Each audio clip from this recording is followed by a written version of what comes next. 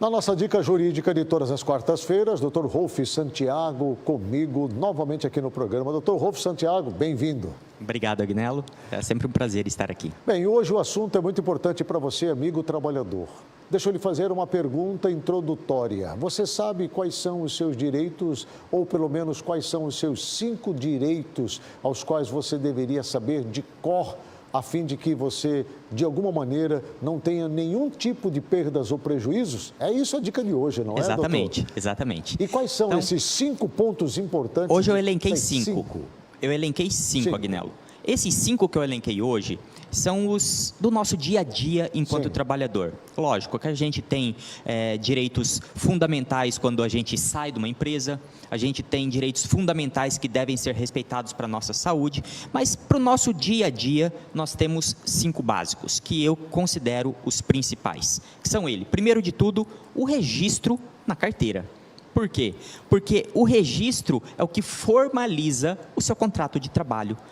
É como se fosse a nota fiscal de uma compra, tá? É o que estabelece, tá? Quando começa, quando termina. Então, as condições daquele contrato estão no registro da sua carteira de trabalho. Então, sem dúvida, esse é o primeiro.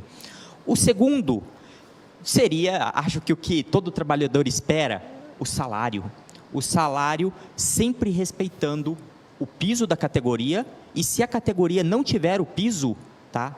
Respeitando o salário mínimo. Ninguém pode receber menos do que o piso nacional. Com relação ao recebimento salarial, existe, obviamente, dias úteis que devem ser respeitados também pelo trabalhador. Sim. Porque há muita discussão. Bom, o meu dia corrido de trabalho, ele começa no dia 1º e encerra no dia 30 ou dia 31. Exato. Eu já quero receber no dia 1º, por exemplo. Não. Entendeu? Há de se respeitar uma data permissível para esse pagamento. Existem 2 modalidades de fixar uma data. Ou você fixa o 5º dia útil do mês, perfeito, que é uma regra, tradição, uma regra quase que geral. Tá? Então, quando você não estabelece nada, é essa regra ser adotada. Ou você pode, sim, fixar a data de começo das atividades daquele trabalhador. Vamos supor que você me contratou, tá, no dia 10 de cada mês. Perfeito.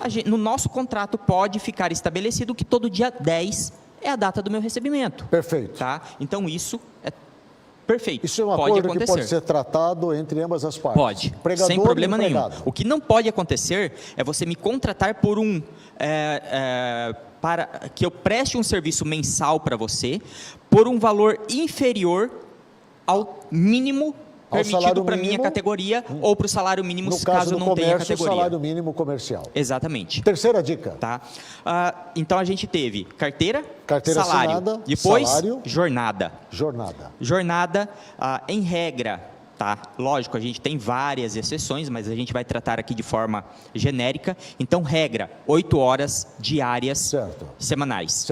Podendo, tá, o trabalhador executar 2 horas extras diárias. Perfeito. Tá? Não pode ultrapassar 2 horas extras diárias. E a Agnello, então, começa a trabalhar 6 horas. Mas o Agnello é dono do próprio negócio, né? Aí vai até 9 horas da noite, 10. Como é que faz? Quem que vai pagar as horas extras dele? Ele vai ter que cobrar do próprio Agnello. Cara.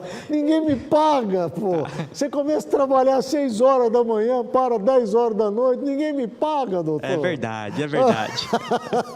Mas, para compensar isso, nós temos o quarto. Sim. Qual que é o quarto? É o descanso semanal remunerado, Agnello.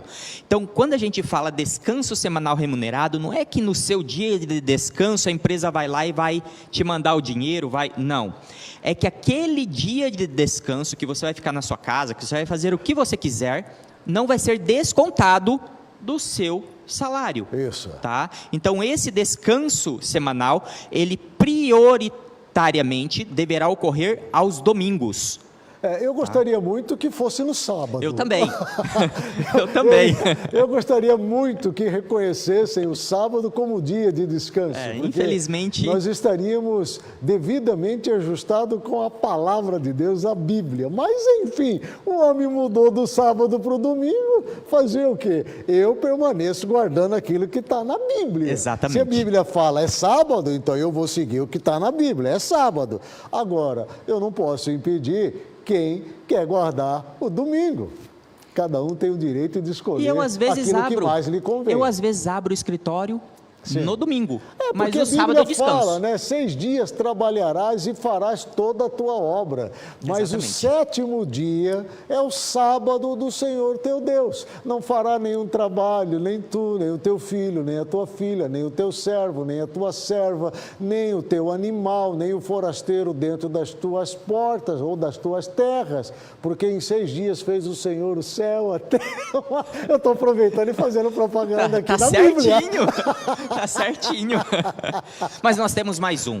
Vamos lá. Vai lá no livro de Êxodo, capítulo 20, do verso 8 ao verso 11, está tudo certo. Tá certo.